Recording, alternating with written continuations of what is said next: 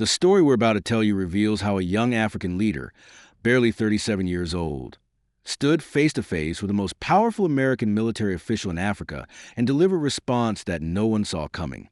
What began as an attempt to publicly humiliate Captain Ibrahim Traoré of Burkina Faso ended with the entire room rising to their feet in thunderous applause. But how did a confrontation meant to silence Africa's rising voice instead amplify it across the continent? The answer lies in 5 minutes of silence that changed everything. He thought Traoré would kneel and apologize. Instead, what happened next left everyone speechless, including the general himself. The mahogany conference table stretched 12 feet across the ECOWA's Defense Summit Chamber in Accra, Ghana. The air conditioning hummed quietly, but the tension in the room was suffocating. 23 African defense ministers, for European observers, 2 UN representatives, and 3 American officials sat in calculated silence. At the head of the table, General Michael Langley, commander of the United States Africa Command, adjusted his uniform jacket and cleared his throat. This wasn't just another diplomatic meeting. This was theater, a carefully orchestrated performance designed to send a message that would echo across every capital in Africa. The target sat 3 seats down from Langley, his back straight, his hands folded calmly on the polished wood.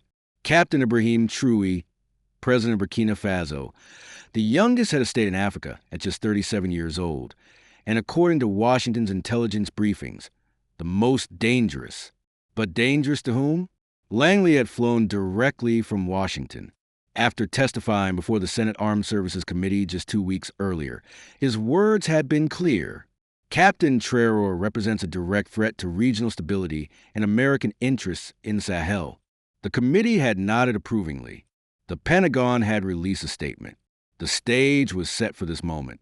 Ibrahim, Langley began, his voice carrying the weight of American military might behind it. Each word was measured, calculated to intimidate.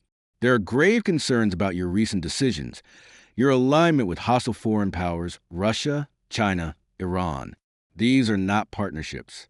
They are betrayals of your own people and destabilization of the entire region. The room felt like it was holding its breath. This was unprecedented. Never before had an American general so directly challenged an African leader in front of their peers. But Langley wasn't finished. He had come to deliver a knockout punch. Your communications with Moscow have been monitored. Your mineral deals with Beijing have been documented. Your weapons purchases from Thran have been tracked. He paused, letting the implications sink in. If Burkina Faso continues down this dangerous path, the international community will have no choice but to consider comprehensive sanctions, economic isolation, and if necessary, international intervention to protect regional stability. The French observer nodded slightly. The British representative made a note. The UN officials remained diplomatically neutral, but their body language suggested approval of Langley's firm stance. But Traoré did nothing. He didn't flinch, didn't speak, didn't even change his expression. His dark eyes remained fixed on Langley with an intensity that was both calm and unsettling. The young captain, who had taken power in a bloodless coup months earlier, simply sat there as if he were listening to a weather report rather than threats that could reshape the future of his nation. Langley expected anger. He expected denials. He expected the kind of emotional outburst that would justify his characterization of Traoré as unstable and dangerous. Instead, he got silence. Profound, uncomfortable silence that stretched across the room like a physical presence. 1 minute passed, then 2. The Nigerian defense minister shifted in his seat. The Ghanaian representative glanced nervously between Langley and Traoré. The tension was becoming unbearable, but still Traoré said nothing. By the 3rd minute, Langley's confidence began to waver. This wasn't how the script was supposed to go. The young African leader was supposed to be intimidated, defensive, scrambling to explain himself. Instead, he appeared to be waiting. But waiting for what? The 4th minute crawled by with agonizing slowness. Someone coughed. Papers rustled. But Traoré remained motionless, his gaze never leaving Langley's face. It was as if he were studying something, memorizing every detail, every micro-expression. As the 5th minute approached, something changed in the room's dynamics. The initial tension began morphing into something else entirely. Other delegates started looking at Traoré with curiosity rather than concern. What was this young man thinking? What was he planning? The silence that was meant to demonstrate his weakness was somehow becoming a display of strength. Then, exactly at the 5-minute mark, everything changed. Traoré reached under the conference table and pulled out a slim black tablet. With deliberate precision, he placed it on the table and tapped the screen twice. The large monitor at the front of the room, which had been displaying the EcoIS logo, suddenly flickered to life with new content. The first image that appeared was a satellite photograph, crystal clear and recent. It showed military installations that weren't supposed to exist. Drone launch facilities in Burkina Faso's northern region, operated not by Burkina Faso's military, but by unmarked personnel using American equipment. Langley's face went pale. Traoré stood slowly, his movements fluid and controlled. When he spoke, his voice was quiet, but carried perfectly across the silent room. General Langley, I have remained quiet for a very specific reason. When African people speak too quickly, we are accused of being emotional. When we raise our voices, we are called unstable. When we show aggression, we are labeled as dangerous. He gestured toward the screen. So today, I choose to speak with evidence rather than emotion. The next slide appeared. It was a document marked confidential with the seal of a major American mining corporation. The heading read, Burkina Faso Resource Extraction Agreement on Authorized Operations 2017 to 2024. These documents, Traoré continued, his voice growing stronger, detail how American companies have been extracting uranium, lithium, and gold from my country's soil for 7 years without proper compensation or even official acknowledgement. The total value of extracted resources, $2.3 billion. The amount paid to Burkina Faso's treasury, zero. Gasps echoed around the room. The French observer's pen had stopped moving. The British representative was staring at the screen with obvious discomfort. But Traoré wasn't finished. The next slide showed audio waveforms and transcripts. These are recordings of conversations between American military contractors and what they believed were corrupt Burkina Faso officials. Actually, they were our intelligence officers documenting every word. He clicked to the next slide. Bank transfer records, weapons shipment manifests, communications intercepts, a paper trail of deception, exploitation, and manipulation stretching back nearly a decade. You accuse me of dangerous alliances, Traoré said, his voice now carrying across the room with crystal clarity. But tell me, General Langley, which is more dangerous, a sovereign nation choosing its own partners or a superpower secretly pillaging that nation's resources while publicly preaching about democracy and human rights? The silence that followed was different from before. It wasn't empty waiting. It was a stunned quiet of people processing information that challenged everything they thought they knew. The Senegal's defense minister was the first to speak. President Traoré, are you saying that American forces have been operating in your territory without authorization? Not just operating. Traoré replied, clicking to another slide showing infrastructure blueprints, building, extracting, surveilling, and all while your government. He looked directly at Langley, publicly criticized my predecessor for being too weak to control his own territory. Langley found his voice, but it came out strained. These are fabrications, conspiracy theories designed to justify your turn toward our enemies. Traoré smiled for the first time since entering the room. It wasn't a friendly smile. General, I invite you to examine every document, every photograph, every recording. I invite international investigators to verify every claim. But more importantly, he gestured around the room, I invite my fellow African leaders to ask themselves a simple question. If these are fabrications, why haven't you denied them? Why haven't you demanded proof? Why instead are you threatening sanctions and intervention? The question hung in the air like smoke from a gun that had just been fired. The Ghanaian representative leaned forward. General Langley, President Traoré has made serious allegations. Are you prepared to address them directly? Langley's jaw tightened. I am not here to dignify baseless accusations with detailed responses. I am here to warn this organization about the dangers of allowing radical elements to destabilize the region through reckless partnerships with America's adversaries. Radical elements. The voice came from the back of the room. The Tanzanian defense minister, a man in his 70s who had fought in 3 liberation wars, stood up slowly. General, with respect, what exactly is radical about demanding fair compensation for our resources? What is reckless about choosing partners who don't demand military bases in exchange for investment? Another voice joined in, the Rwanda representative. President Traoré, can you verify the authenticity of these documents? Traoré nodded. Every document was obtained through legitimate intelligence operations.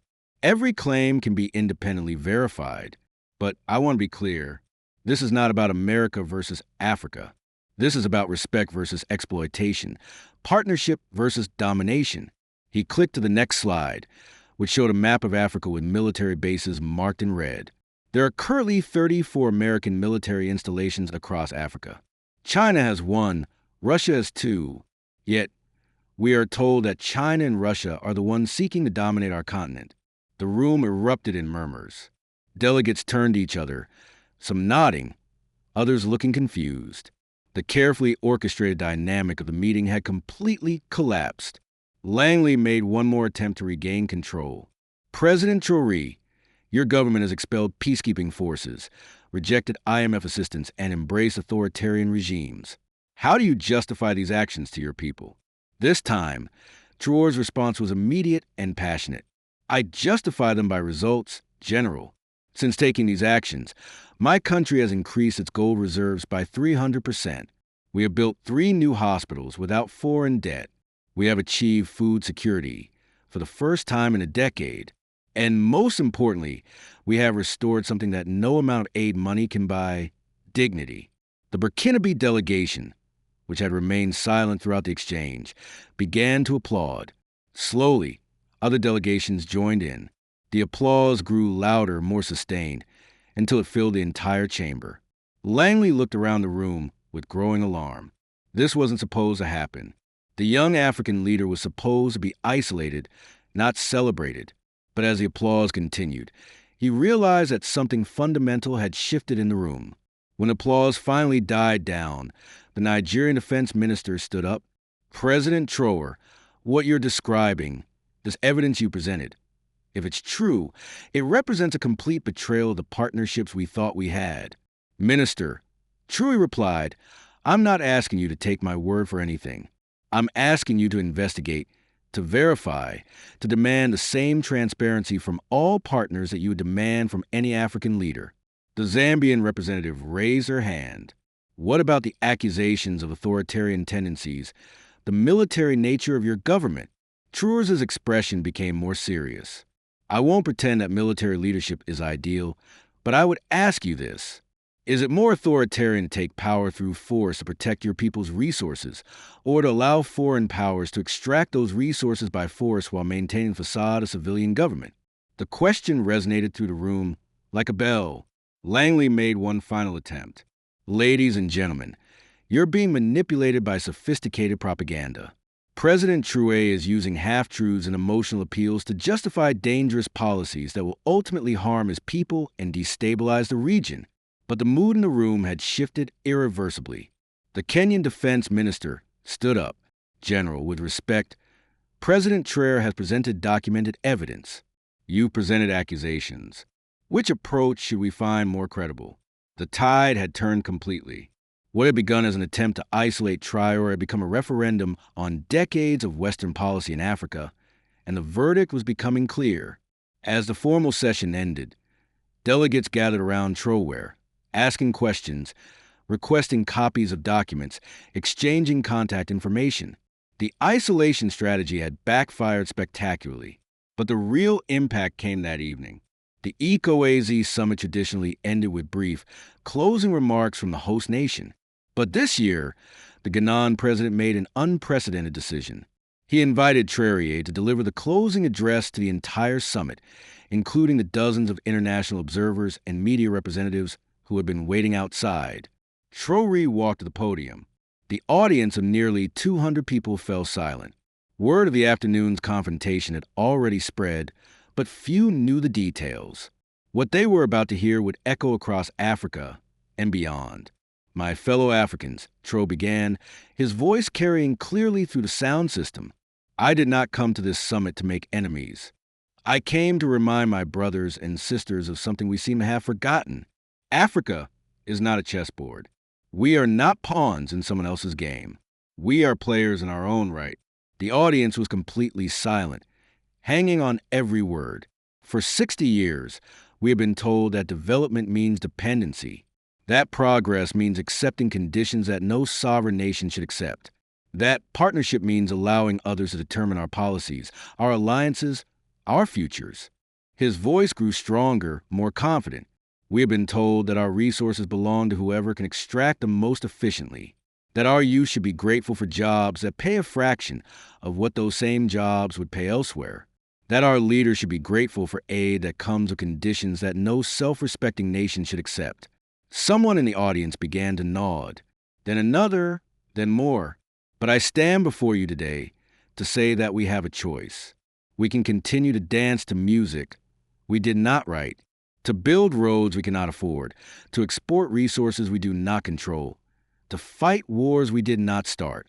Or we can choose dignity. We can choose sovereignty. We can choose to be partners, not subjects.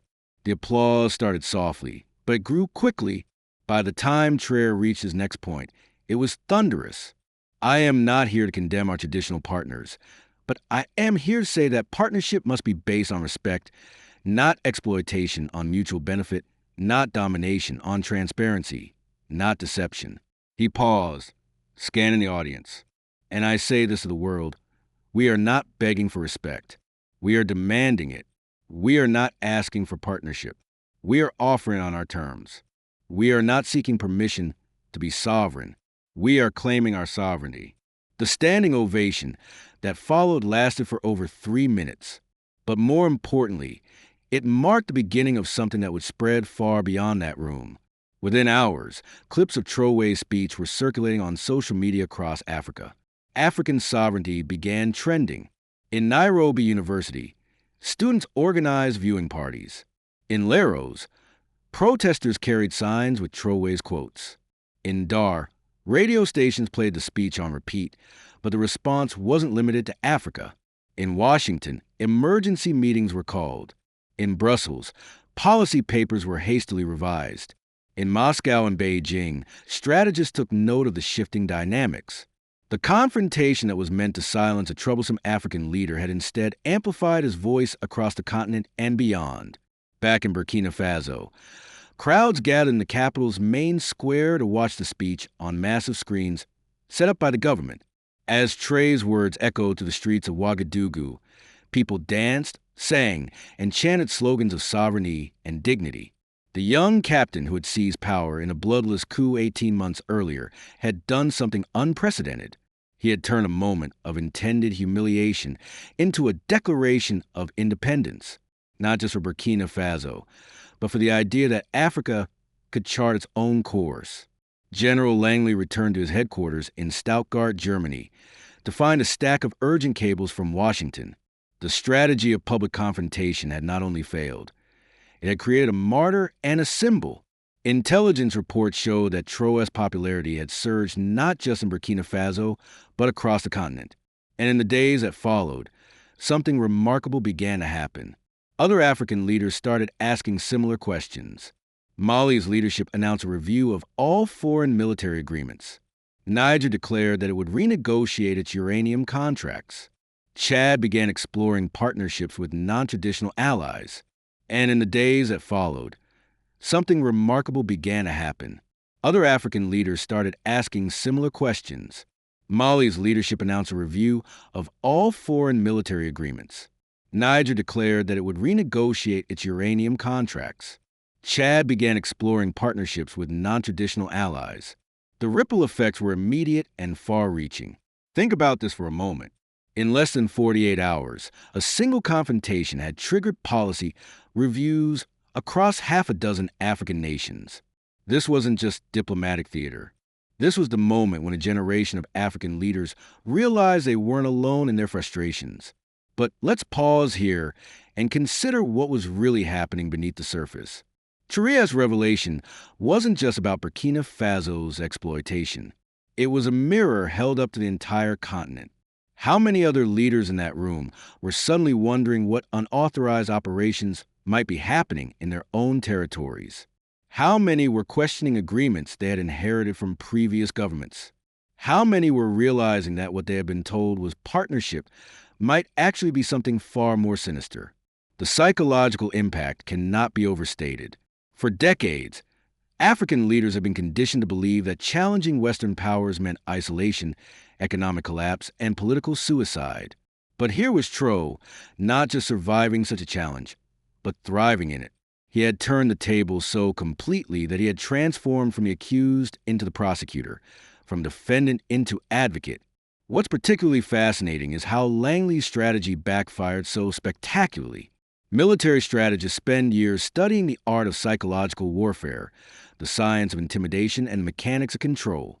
Yet, Langley had walked into a situation where his approach was outmaneuvered. It's hard to believe it wasn't planned years in advance. But was it planned?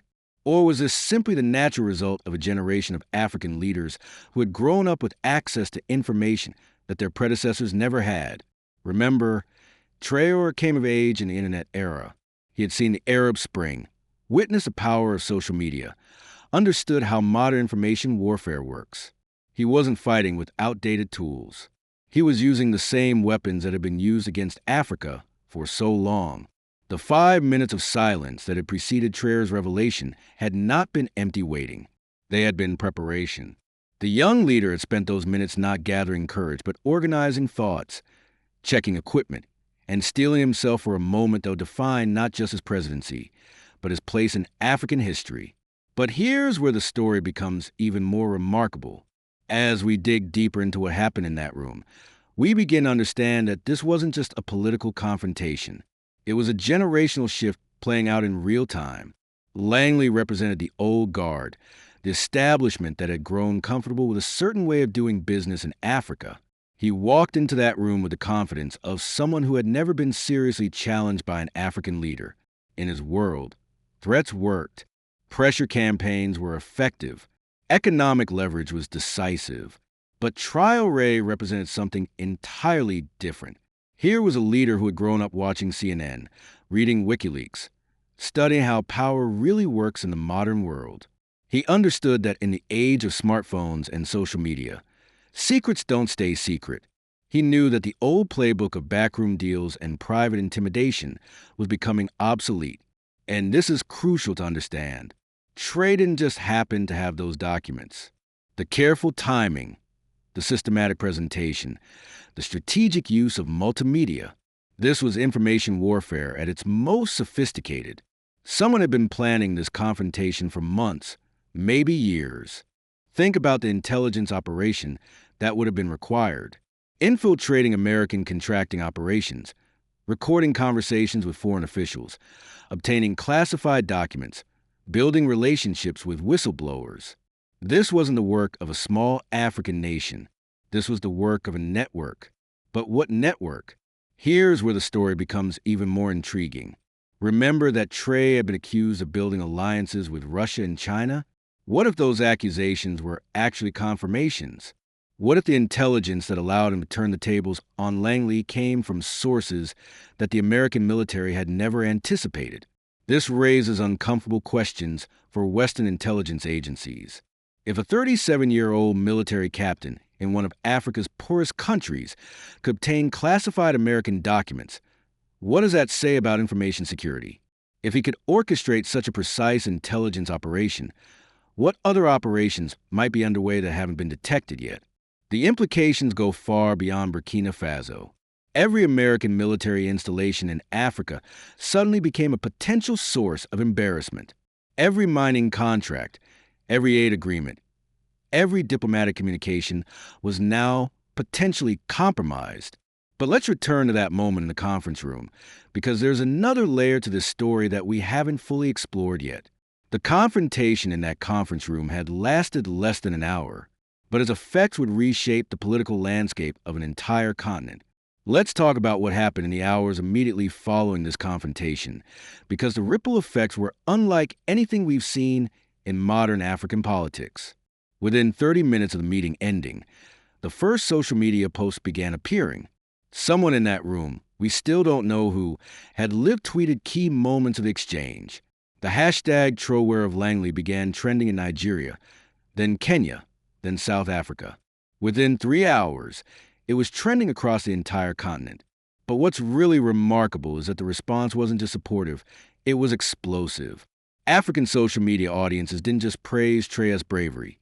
They shared their own tales of exploitation, their own examples of unfair deals, their own frustrations with conditional aid and conditional sovereignty. The conversation that Traoré had started in that conference room was now happening in universities, in markets, in coffee shops, in villages across Africa. And it was happening in languages that Western intelligence agencies weren't monitoring as closely as they should have been. In Lagos, university students organized an impromptu seminar on resource extraction and African sovereignty. In Nairobi, protesters gathered outside the American embassy with signs reading, "We are not your pawns." In the car, radio stations played clips of Traoré's speech every hour, followed by panel discussions that often lasted until dawn. The most significant response came from other African governments. And this is where the story takes another fascinating turn. Remember, these were leaders who had been sitting in that same room, who had witnessed the confrontation firsthand. They had seen how Langley's intimidation tactics had backfired.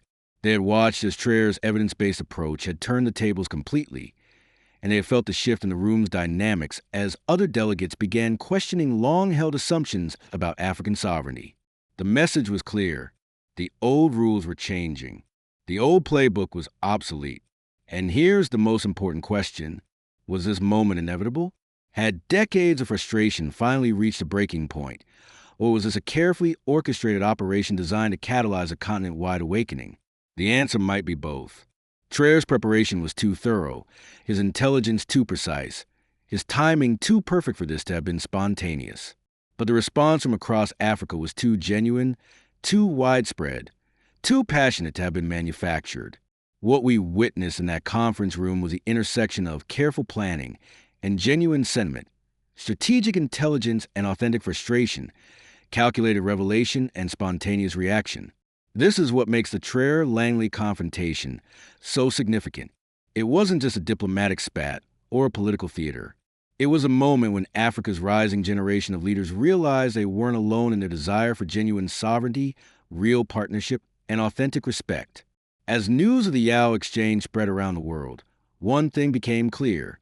Africa was no longer content to be spoken to. It was ready to speak for itself. But let's examine what happened in the weeks that followed, because the long-term impact of this confrontation goes far beyond what anyone could have predicted. First, there was the economic response.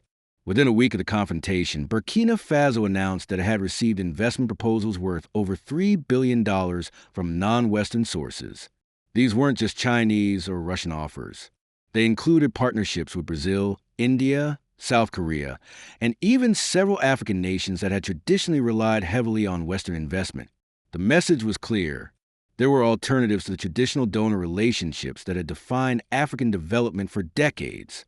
And these alternatives came without the political conditions, military requirements, and resource extraction agreements that had characterized Western involvement.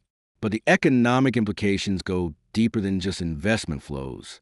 What Traoré had revealed in that conference room was evidence of systematic undervaluation of African resources. If Burkina Faso's minerals had been extracted without fair compensation, how many other African nations were experiencing similar exploitation? The answer, as investigations in the following months will reveal, was shocking. A consortium of African economists working with international academic institutions began documenting what they called the Great African Resource Hemorrhage. Their preliminary findings suggested that the continent had been systematically undercompensated for its natural resources to the tune of nearly $2 trillion over the past 3 decades. Think about that number for a moment. $2 trillion. That's more than the GDP of most countries. That's enough money to build infrastructure, fund education, develop healthcare systems, and create economic opportunities that could have transformed the entire continent. But perhaps more important than the economic revelations were the political ones. The intelligence network that had enabled True's confrontation with Langley wasn't limited to Burkina Faso. In the months following the ECOWAS summit, similar revelations began emerging from other African nations. In Mali, government officials released documents showing unauthorized French military operations that had been disguised as peacekeeping missions. In Niger, leaked communications revealed that uranium contracts had been negotiated under duress with French officials threatening economic isolation if Niger didn't accept unfavorable terms. Each revelation reinforced a narrative that Traoré had introduced. Africa hadn't been a partner in its relationships with Western powers. It had been a subject, and the time for accepting that dynamic was over. The psychological impact of these revelations cannot be overstated. For generations, African leaders have been told that their countries were too poor, too unstable, too underdeveloped to demand better treatment. But the evidence emerging from Burkina Faso and other African nations showed that poverty and instability weren't natural conditions. They were manufactured ones, created and maintained by systems designed to extract maximum value while providing minimal compensation. This realization was transformative. It changed how African leaders viewed their relationships with external powers, how they approached international negotiations, and how they thought about their own potential. And the voice it chose was that of a 35-year-old former military captain who had refused to be intimidated, who had turned accusations into evidence, and who had transformed 5 minutes of silence into a declaration that would echo for generations. The general had come to break the young leader. Instead, he helped to become a symbol of everything that a new generation of Africans was fighting for: dignity, sovereignty, and the right to determine their own destiny. The irony is almost poetic. Langley's attempt to publicly humiliate Traoré had instead provided him with the perfect platform to demonstrate exactly why Africa needed to chart a different course. The American generals had become the setup for Traoré's evidence. His threats had become the backdrop for Traoré's declarations of independence. But let's think about this from Langley's perspective for a moment. He wasn't a politician scheming in some back room. Langley was a career military officer who genuinely believed he was defending American interests and promoting regional stability. From his point of view, Traoré's partnerships with Russia and China represented a genuine threat to the international order that had kept Africa relatively peaceful for decades. The problem was that this peace had come at a cost that African nations were no longer willing to pay. Stability built on exploitation isn't sustainable. Order maintained through dependency isn't just. And partnerships based on inequality aren't partnerships at all. They're something else entirely. Langley represented a worldview that couldn't conceive of Africa as an equal partner.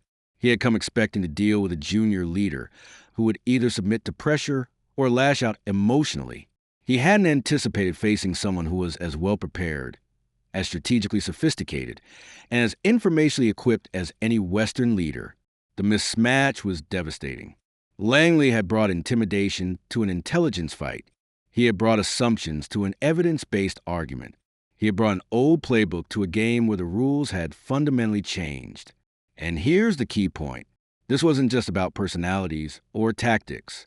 It was about the collision between two completely different visions of how the world should work.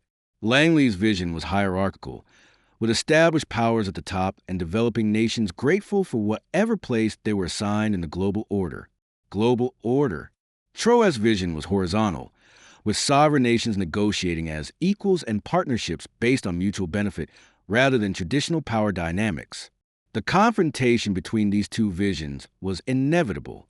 It might have happened in a different room with different people at a different time, but it was going to happen because the contradictions in the old system had become too obvious, too costly, and too unsustainable to ignore indefinitely. What made this particular confrontation so significant was not just that it happened, but how it happened. Traoré didn't just challenge Western dominance. He demonstrated a more effective way of operating. He didn't just criticize the old system. He showcased the tools and techniques that could build a new one. This is why the impact went far beyond that conference room. Other African leaders didn't just see an inspiring example liveries of courage. They saw a practical demonstration of how modern information warfare, strategic intelligence gathering, and sophisticated communication could level the playing field between small nations and superpowers. The implications for global power dynamics are profound. If a resource-poor nation like Burkina Faso could obtain classified American documents, what could resource-rich nations like Nigeria or South Africa accomplish with similar dedication and sophistication? If a 37-year-old military captain could outmaneuver a career American general, he had what could experienced African diplomats and economists achieve with proper preparation and international support. In the end, Langley's accusation had been correct about one thing. Ibrahim Traoré was indeed dangerous, but not to his people or to regional stability. He was dangerous to a system that had kept Africa dependent, divided, and voiceless for too long. And that, perhaps, was exactly the kind of danger that Africa needed. But let's dig deeper into what dangerous actually meant in this context, because the word carries different meanings depending on your perspective. From Washington's viewpoint, Traoré was dangerous because he represented unpredictability. For decades, American foreign policy in Africa had been built on the assumption that African leaders could be managed, influenced, or, if necessary, replaced. The system worked because it was predictable. Traoré shattered that predictability. He couldn't be bought because he had alternative sources of support. He couldn't be intimidated because he had prepared for the confrontation. He couldn't be isolated because he had built a network of allies that Western intelligence agencies hadn't fully mapped. Most importantly, he couldn't be discredited because he had evidence to back up every claim he'd made. This made him dangerous in the same way that all genuinely independent actors are dangerous to systems that are built on dependency. He introduced variables that couldn't be controlled, outcomes that couldn't be predicted, and possibilities that hadn't been planned for. But from Africa's perspective, Traoré represented a different kind of danger, the danger of hope. For generations, African leaders and their people have been conditioned to accept limitations, limited sovereignty, limited economic opportunities, limited international respect, limited possibilities for the future. Hope in this context was dangerous because it challenged those limitations. It suggested that things could be different, that current conditions weren't permanent, that change was possible. And once people start believing that believing change is possible, they start demanding it. The weeks and months following the confrontation that followed demonstrated just how dangerous this hope could be. Across Africa, citizens began demanding transparency from their own governments. They wanted to see their mineral contracts, their aid agreements, and their military partnerships. They wanted to know what their countries were giving and what they were getting in return. This created a crisis of legitimacy for leaders who had built their power on managing relationships with external patrons rather than serving their own people. Suddenly, the old justifications weren't working anymore. We have no choice became, why don't we have choices? This is how things are done became, why are they done this way? We must be grateful for what we have became, why should we be grateful for exploitation? The psychological transformation was as significant as the political one. Africans began to see themselves not as recipients of international charity, but as owners of valuable resources that the world needed, not as junior partners grateful for inclusion, but as sovereign equals capable of setting their own terms. This shift in self-perception had immediate practical consequences. African negotiators in international forums began taking harder lines. African businesses started demanding better terms from foreign partners. African students began studying subjects that would help them build their own countries rather than escape to other ones. The Traoré effect, as some analysts began calling it, was creating a cultural generation of Africans who saw opportunity where their parents had seen only obstacles, who saw assets where their grandparents had seen only burdens, who saw potential where the international community had seen only problems. But perhaps the most significant aspect of this transformation was how it changed Africa's relationship with the rest of the world. For the first time in generations, African nations were engaging internationally from a position of strength rather than weakness. They were offering partnerships rather than requesting assistance. They were setting conditions rather than accepting them. This wasn't just happening in Burkina Faso.